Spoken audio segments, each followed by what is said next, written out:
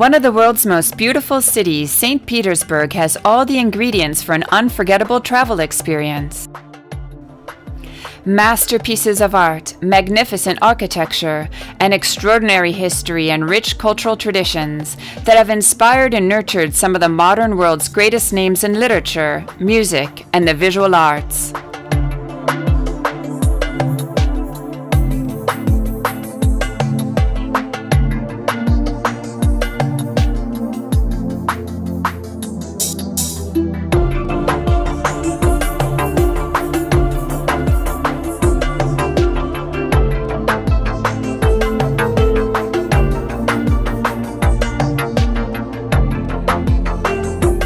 A walk down Nevsky Prospect, the main avenue of St. Petersburg, is a walk into the heart of the new Russia.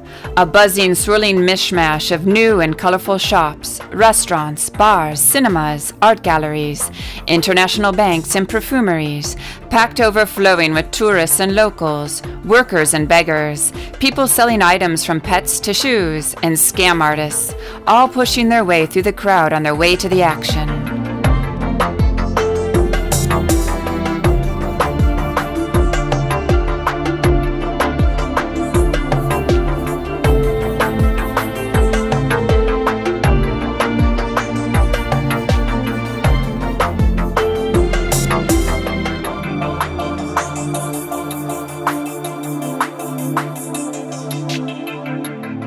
A city of palaces and museums, broad avenues and winding canals, St. Petersburg's short history has endowed the city with a wealth of architectural and artistic treasures.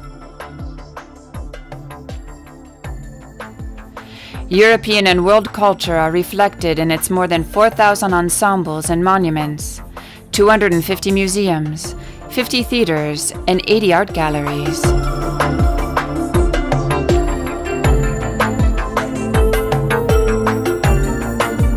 The Cathedral of Our Lady of Kazan is considered a masterpiece of high classical architecture and a brilliant example of the synthesis of the arts. The cathedral was built on an enormous scale and boasts an impressive stone colonnade, which encircles a small garden and central fountain. Inspired by the Basilica of St. Peter's in Rome, it was built to serve as the country's primary Orthodox church.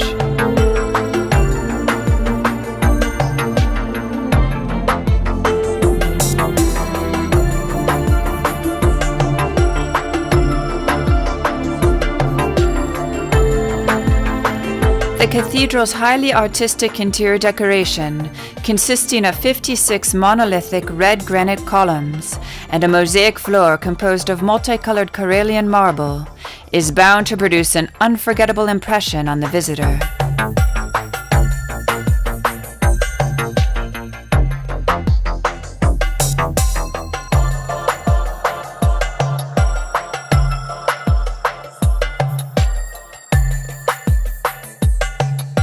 Still considered Russia's cultural capital, St. Petersburg reflects the country's extraordinary fate like no other city, and its uniquely rich atmosphere exerts a powerful grip on even the most jaded traveler.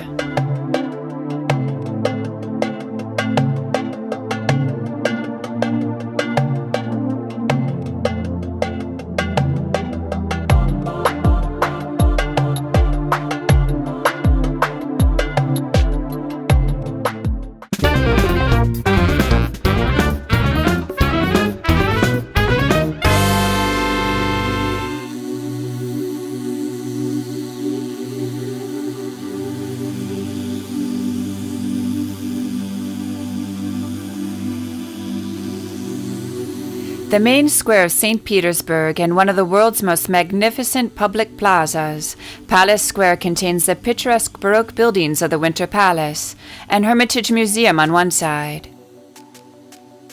and the classical yellow and white former General Staff buildings of the Russian Army on the other.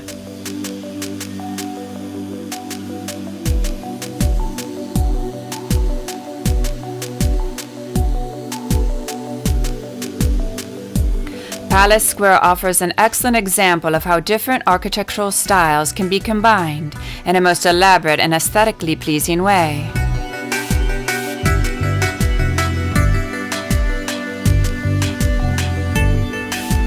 The square was the setting of many events of worldwide significance, including Bloody Sunday in 1905 and the October Revolution of 1917.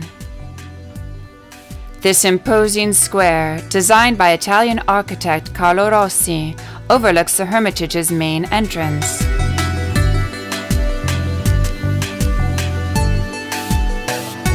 The buildings are designed in the neoclassical style and perfectly match the palace in their scale, rhythm, and monumentality. Curving an incredible 580 meters around the south side of the square is the General Staff Building of the Russian Army.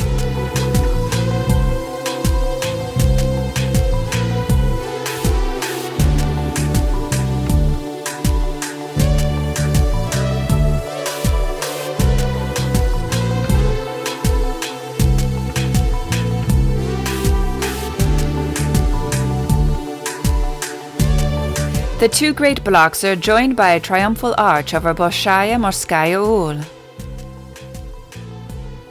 The arch is topped by the Chariot of Glory drawn by 6 horses, a monument to the Napoleonic Wars.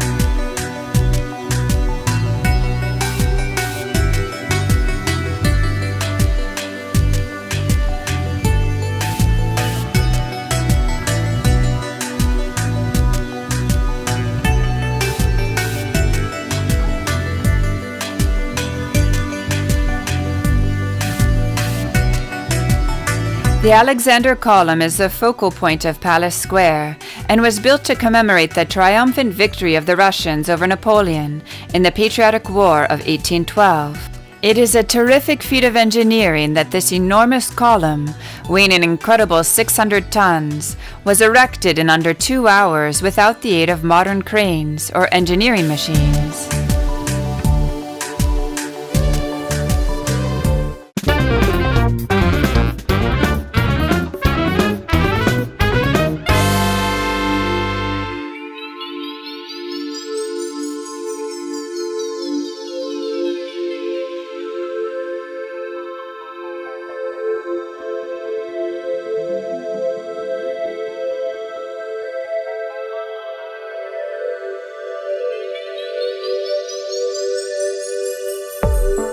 The magnificent green, white, and gold Winter Palace is superbly situated on the banks of the Neva River. This 200-meter-long building in the Russian Baroque style, once the official residence of the Tsars, is the biggest and most lavishly decorated palace in the city. Catherine the Great later added the small and large hermitages onto the palace as a sanctuary for herself and her private art collection.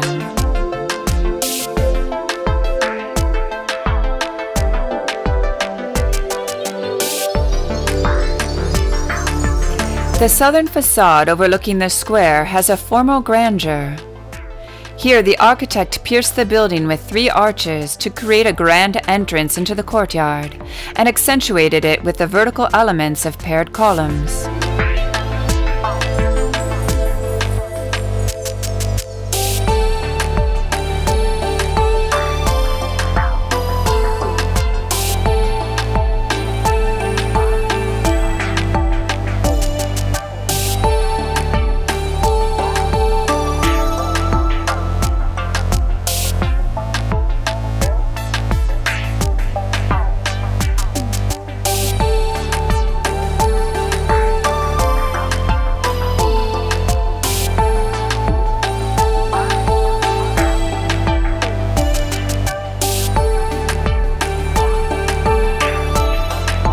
Developing upon one and the same architectural motif, architect Francesco Rastrelli gave each of the 4 facades of the palace a different structural rhythm.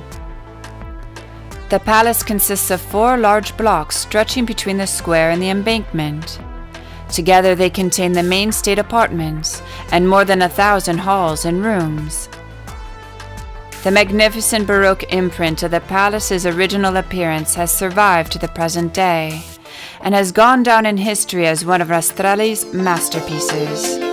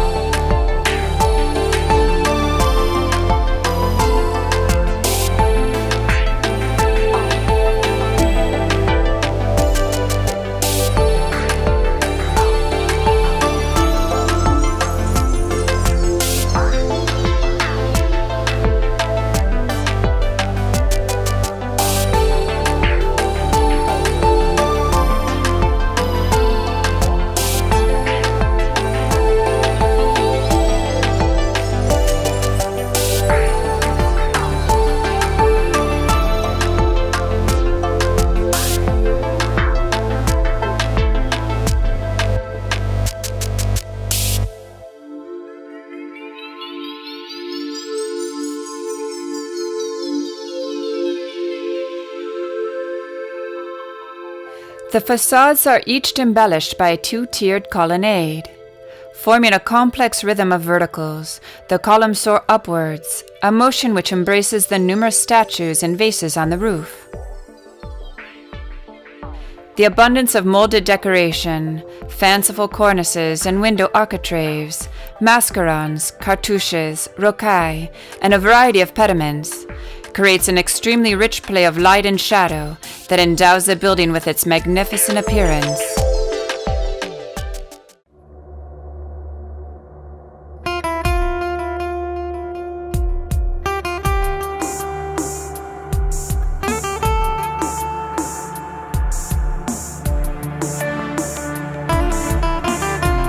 The Hermitage Museum comprises a stately complex of buildings set out along the embankment, with the Winter Palace at its heart.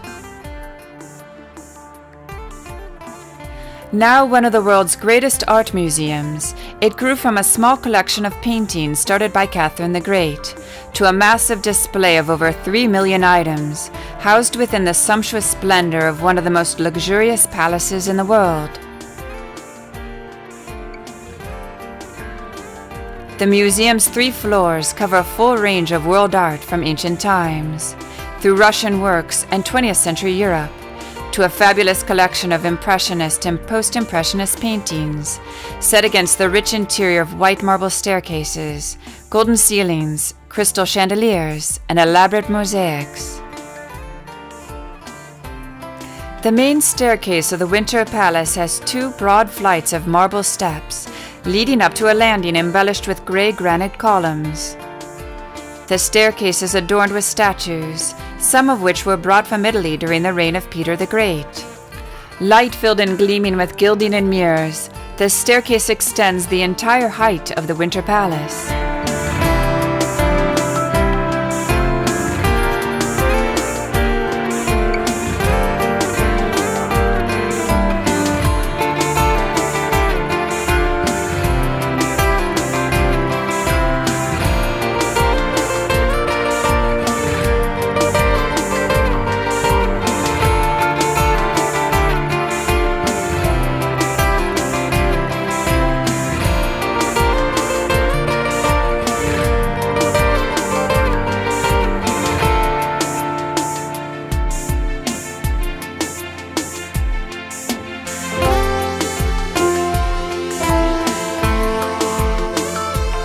Constructed following the wishes of Catherine II, the Raphael loggias in the Hermitage are a copy of the famous gallery created in the 16th century in the Vatican Palace by the architect Donato Bramante.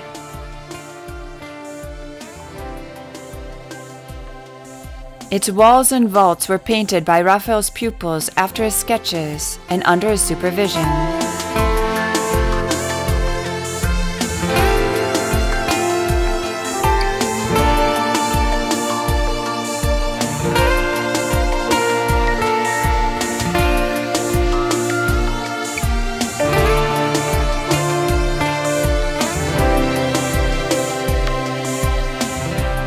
The Raphael loggias form an integral ensemble displaying a harmony of architecture, painting, and sculpture. The gallery consists of 13 identical sections, each with its own vault. The decoration of the gallery embodies a typical Renaissance tendency to reveal the connection between classical antiquity and Christianity.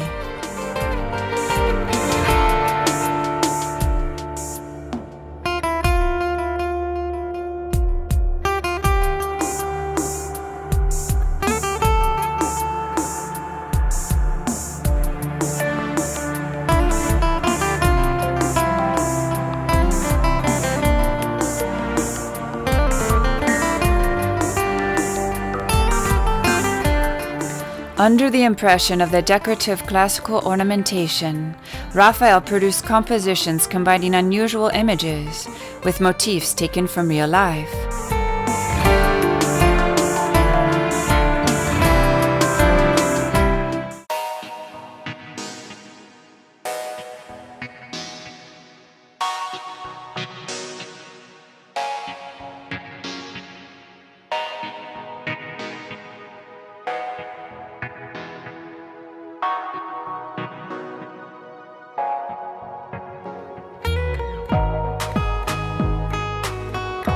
Italian sculpture of the 15th to the 20th centuries is represented by a modest but significant collection in the museum.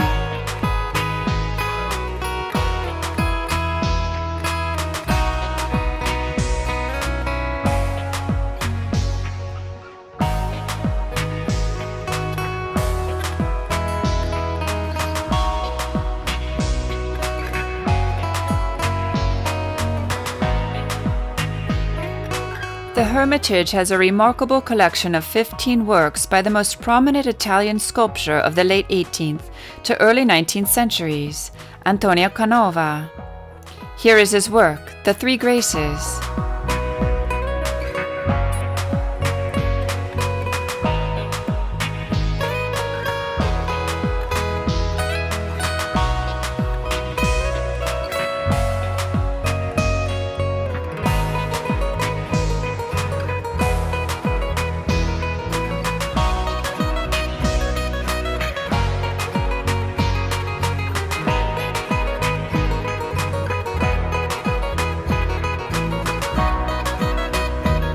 The statue of Cupid and Psyche illustrates the variety of subjects which attracted the master Canova.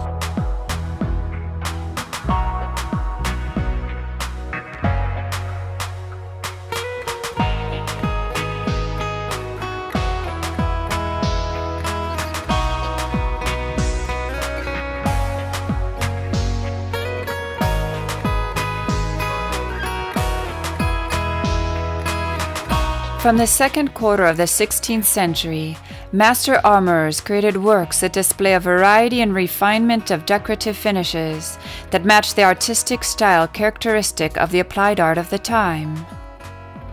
In the first half of the 16th century, they used a wide repertoire of ornament and ancient motifs in the Renaissance style, and then the Baroque.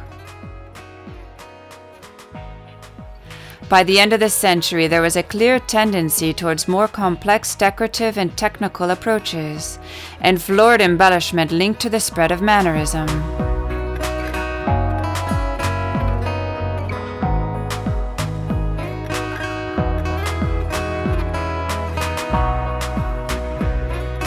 The Hermitage's superb collection of modern European art, the bulk of which is made up of French Impressionist and Post-Impressionist painting, is divided between those works that were received into the Hermitage collections after the Revolution, and art seized from Germany after the Second World War. The former are displayed on the museum's third floor, and include some of the world's largest collections of works by Picasso and Matisse.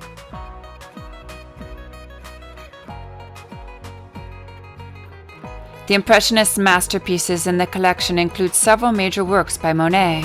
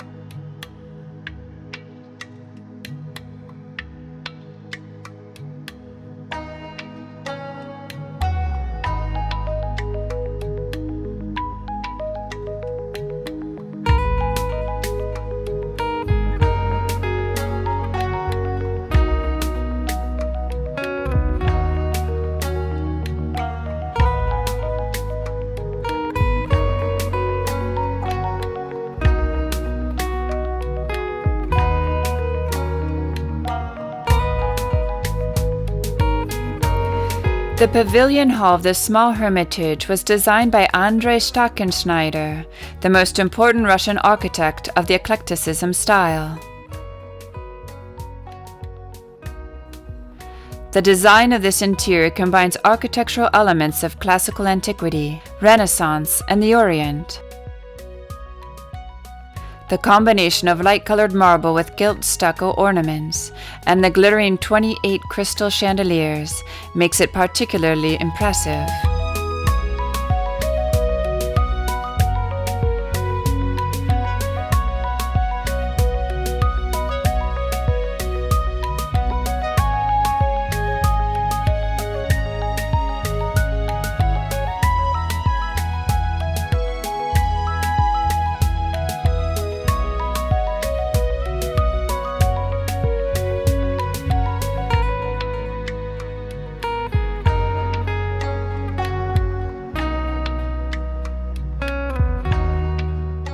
Among the items on exhibit that never fail to attract visitors' attention is a peacock clock from the collection of Catherine the Great.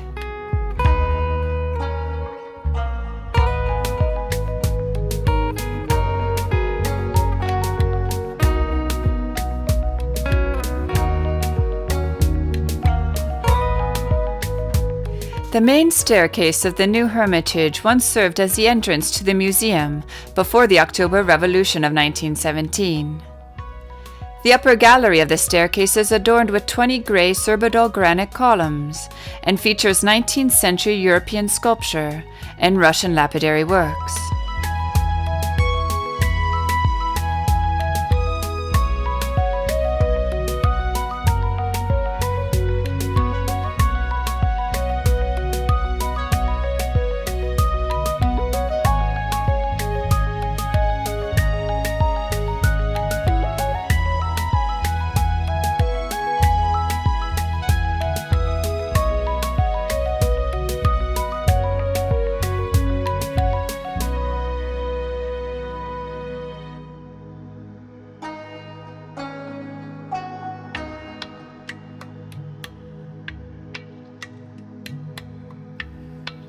The museum complex also includes the Menshikov Palace and the eastern wing of the General Staff Building, the Staraya Derevnya Restoration and Storage Center, and the Museum of the Imperial Porcelain Factory.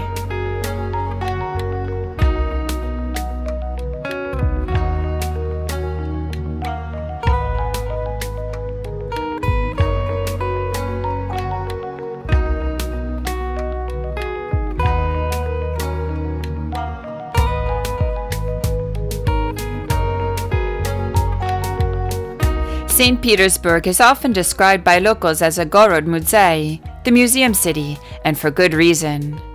Peter the Great himself founded the city's first museum, the extraordinary Kunstkammer, for the edification of his subjects, and the city now boasts over 100 museums, ranging from the vast Hermitage, one of the world's most famous galleries, to small apartment museums honoring some of Russia's greatest writers.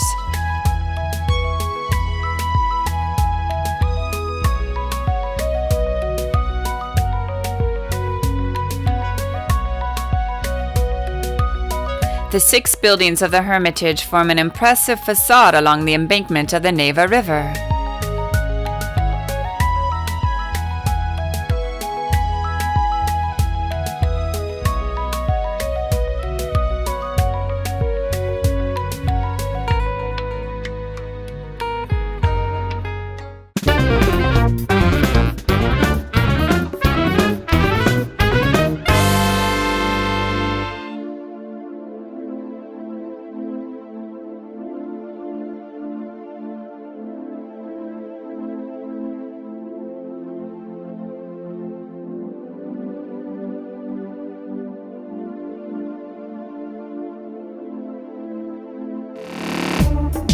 St. Isaac's Square is a sprawling urban square located between the Mariinsky Palace and St. Isaac's Cathedral.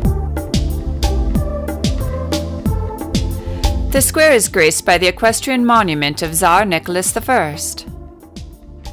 The monument to the iron-willed and notoriously despotic Russian ruler Nicholas I on St. Isaac's Square was built by renowned French architect Auguste de Montferrand.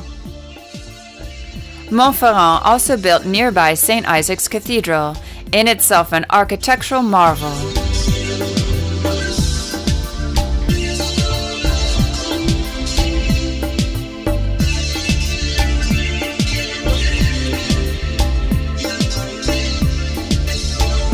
St. Isaac's Square got its name from the magnificent Cathedral of St. Isaac.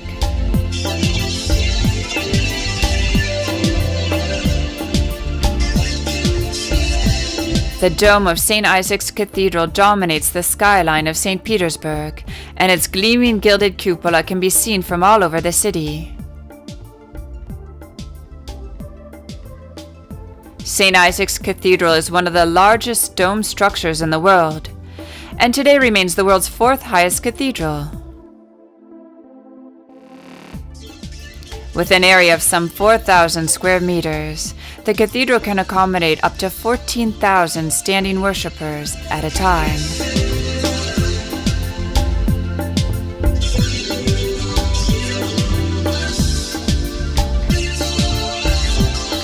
"48 monolithic columns of massive marble carved from solid marble monoliths, weighing 114 tons each, were erected to form the porticos.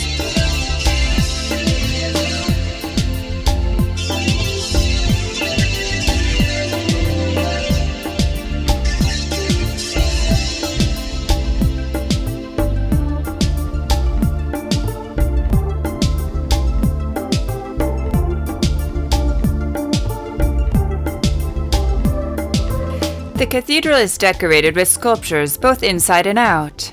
In all, about 400 meters of high sculptural work was created. It was the first time that the newly developed galvanoplastic technology was used for making monumental sculptures, which allowed the massive statues to be only millimeters in thickness and thus very lightweight.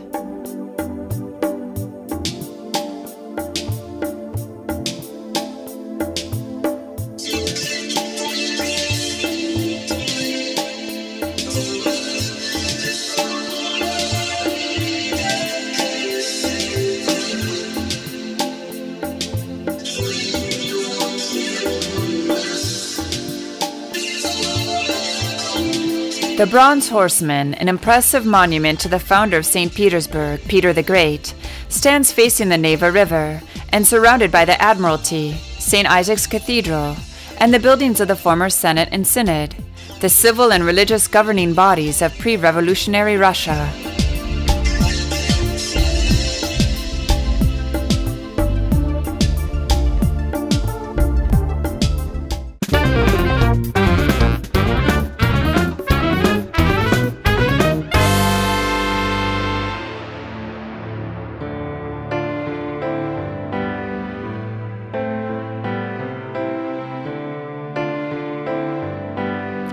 St. Petersburg's debatable status as the Venice of the North is boosted by the fact that the city, like its Italian counterpart, is almost entirely built on a series of islands.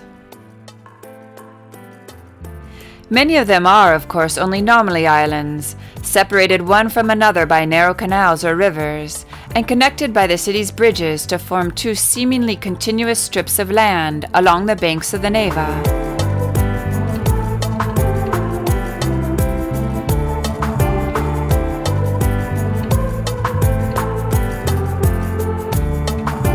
Some, however, are clearly separate from the rest of St. Petersburg, with a distinctive character or unique historic function that makes them of particular interest to visitors exploring the city.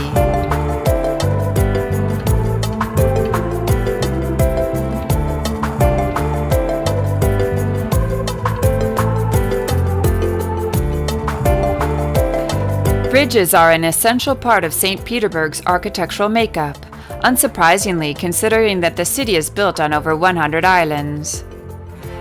Among the city's over 500 bridges are numerous architectural and technological masterpieces.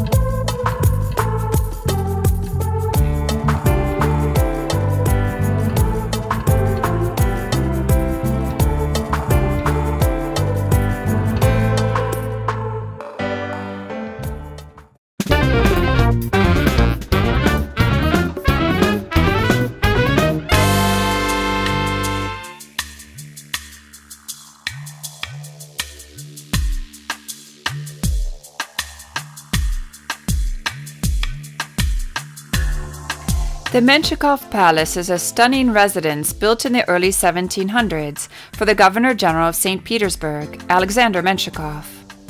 Now home to a branch of the State Hermitage Museum and a magnificent collection of Russian cultural artifacts from the 18th century, it was one of the first stone mansions in St. Petersburg.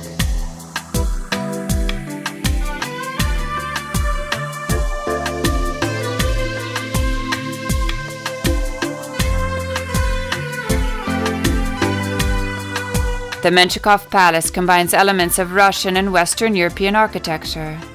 Some parts of the palace are reminiscent of palazzos from the Italian Renaissance, while the decoration of the roofs is more typical of the Russian style.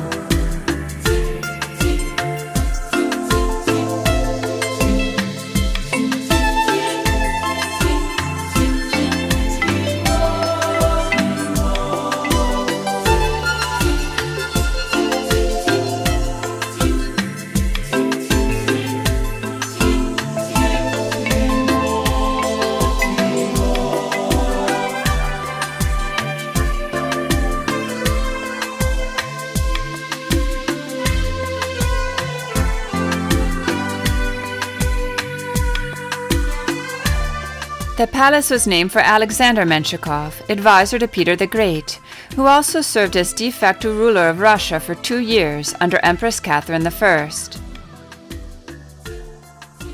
From humble origins, Menshikov was able to bring himself to the pinnacles of Russian power through his advocacy of Petrine reform. More than once, however, his greed and penchant for corruption earned him the Tsar's anger and nearly cost him his life.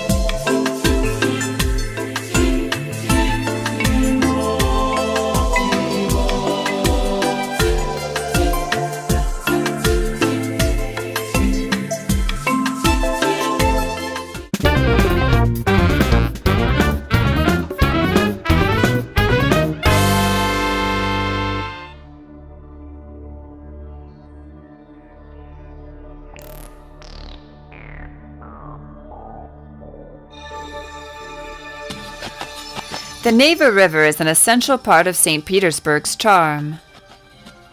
Generations of locals and visitors to the city have been enraptured by long evening walks along the banks of the Neva.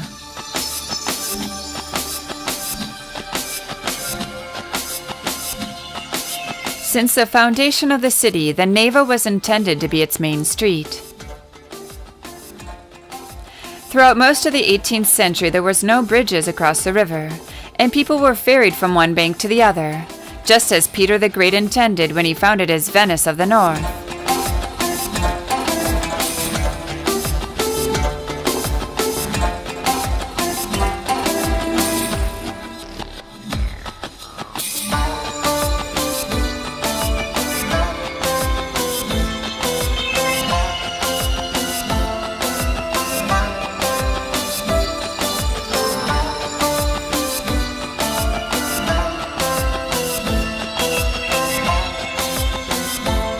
Very few things can be more romantic than taking a boat ride along the Neva's granite-clad embankments and admiring the city's open bridges, the marvelous architecture, and the large ships as they pass by.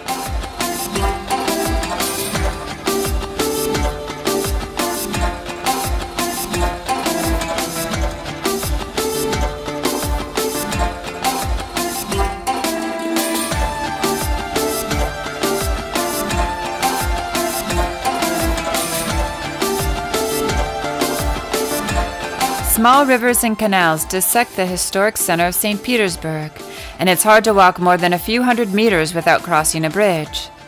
The Trinity Bridge is one of St. Petersburg's most famous bascule bridges, with a gorgeous Art Nouveau design that was in part the work of Gustave Eiffel.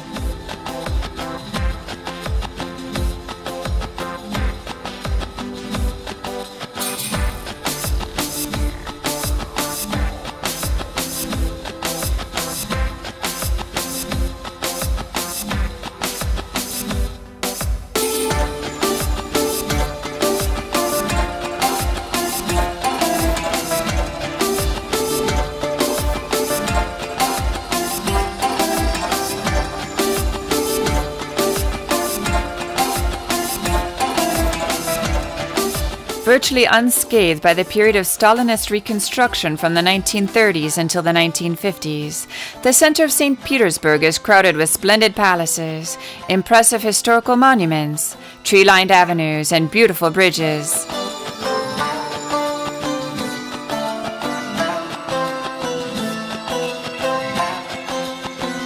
Although not yet 300 years old, St. Petersburg is a city with a wealth of historical and cultural associations and a refined air of mystery.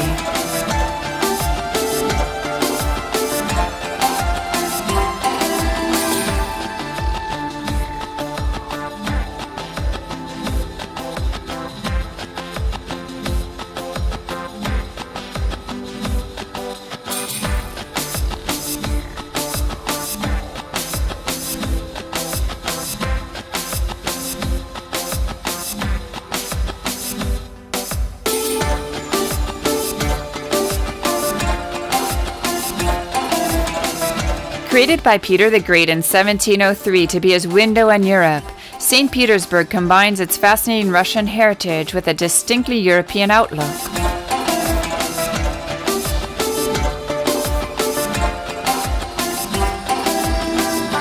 Considered the cultural heart of modern-day Russia, St. Petersburg is rapidly regaining its reputation as one of Europe's great cities.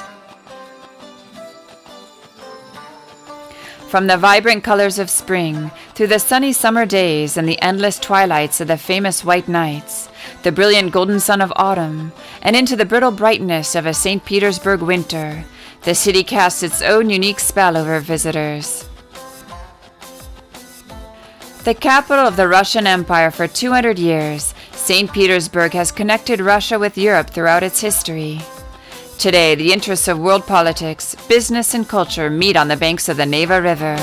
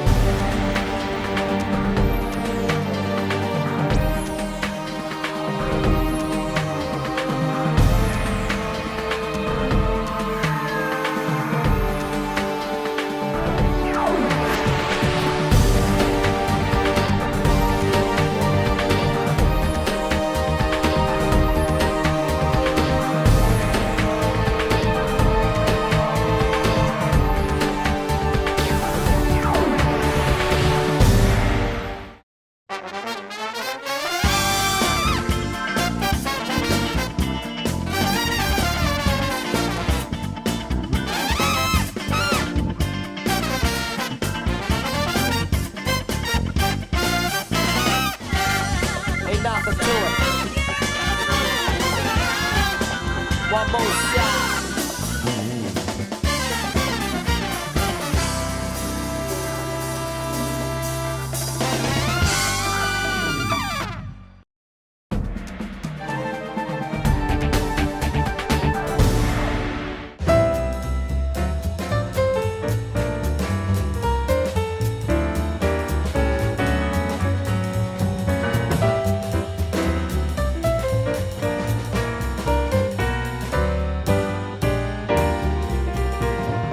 One of the world's most beautiful cities, St. Petersburg has all the ingredients for an unforgettable travel experience.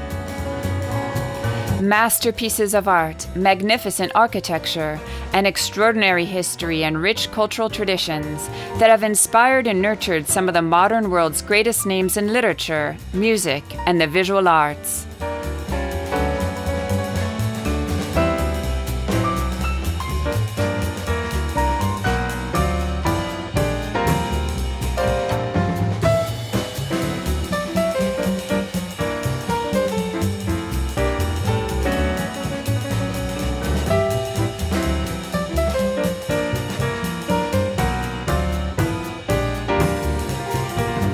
A walk down Nevsky Prospect, the main avenue of St. Petersburg, is a walk into the heart of the new Russia.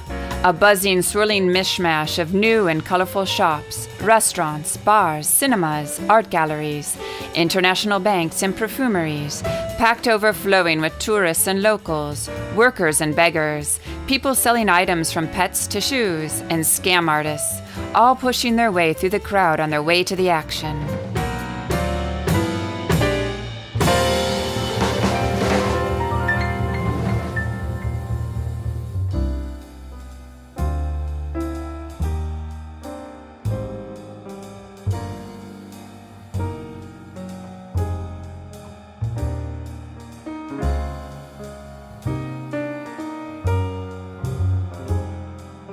A city of palaces and museums, broad avenues and winding canals, St. Petersburg's short history has endowed the city with a wealth of architectural and artistic treasures. European and world culture are reflected in its more than 4,000 ensembles and monuments, 250 museums, 50 theaters, and 80 art galleries.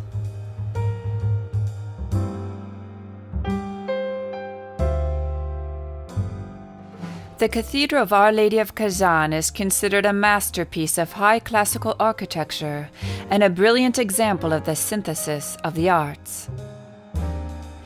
The cathedral was built on an enormous scale and boasts an impressive stone colonnade, which encircles a small garden and central fountain. Inspired by the Basilica of St. Peter's in Rome, it was built to serve as the country's primary Orthodox church.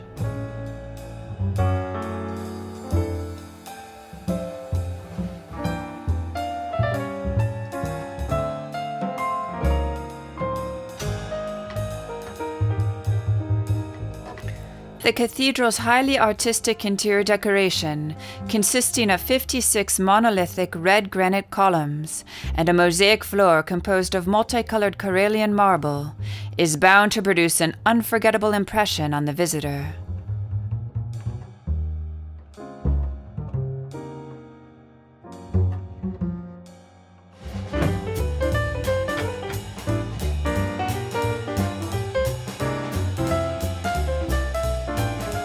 Still considered Russia's cultural capital, St. Petersburg reflects the country's extraordinary fate like no other city, and its uniquely rich atmosphere exerts a powerful grip on even the most jaded traveler.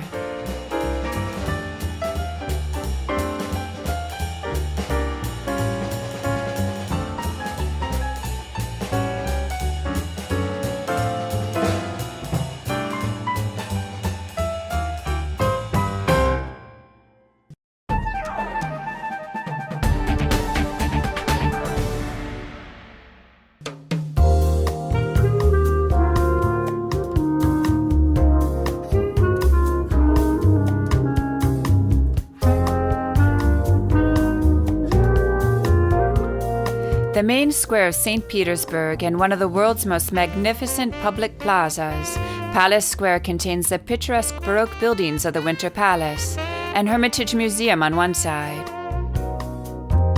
and the classical yellow and white former General Staff buildings of the Russian Army on the other.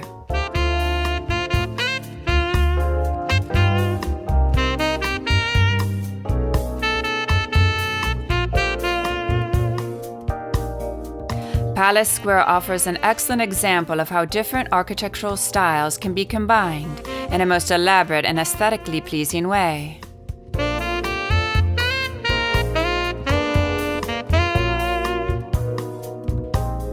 The square was the setting of many events of world.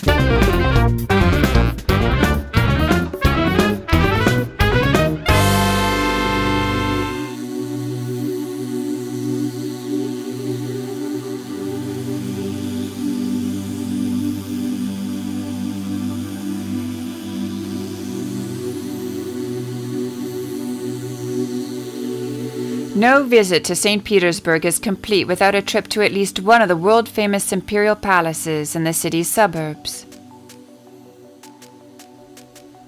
A showcase for the wealth and tastes of the Russian emperors from Peter the Great onwards, these extraordinary estates boast sumptuous palaces, extensive landscape gardens, and a treasury of art and history. One of St. Petersburg's most famous and popular visitor attractions, the palace and park at Peterhof are often referred to as the Russian Versailles. The chapel of Peterhof Palace was attached to the far end of the facade. This was the traditional baptismal church of the Tsar's children, and each one of Nicholas's and Alexandra's children was brought here in turn.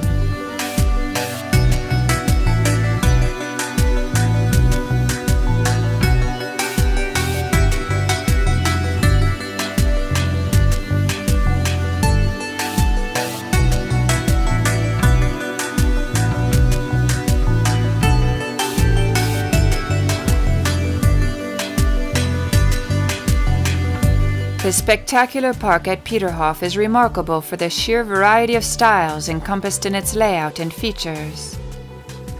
Representing nearly 2 centuries of European aristocratic fashion executed to the highest standards, Peterhof is like an encyclopedia of park design through the age of empire. Particularly impressive is the fact that the master landscapers and garden designers who worked on the estate at Peterhof managed to overcome the extremely inclement conditions of the northern climate to create a wonderland of greenery and flowers, sweeping vistas, and ornate architectural decorations.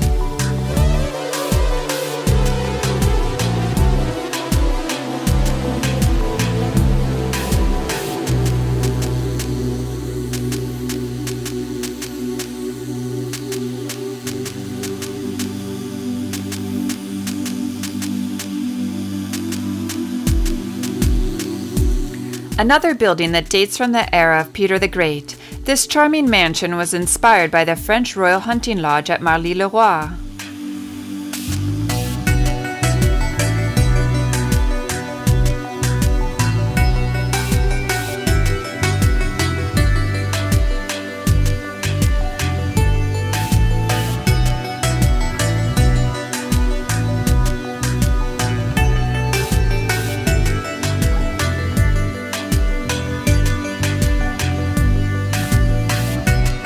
Fountains were intrinsic to Peter the Great's original plans for Peterhof, and successive generations competed with their predecessors to add grander and ever more ingenious water features to the parkland surrounding the Grand Palace.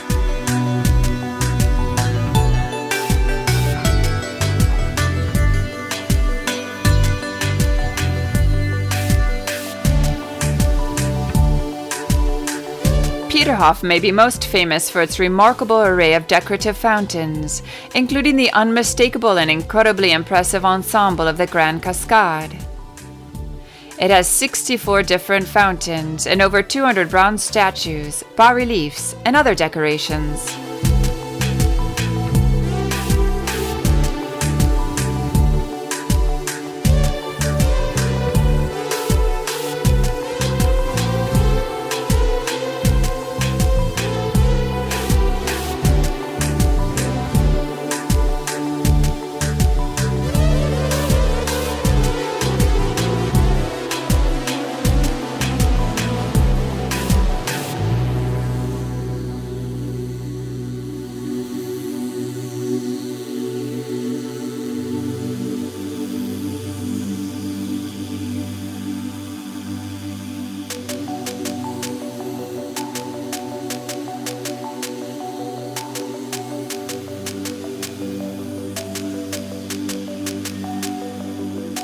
Empress Elizabeth's Grand Palace is not particularly large, but it has an imposing facade and some stunning staterooms inside.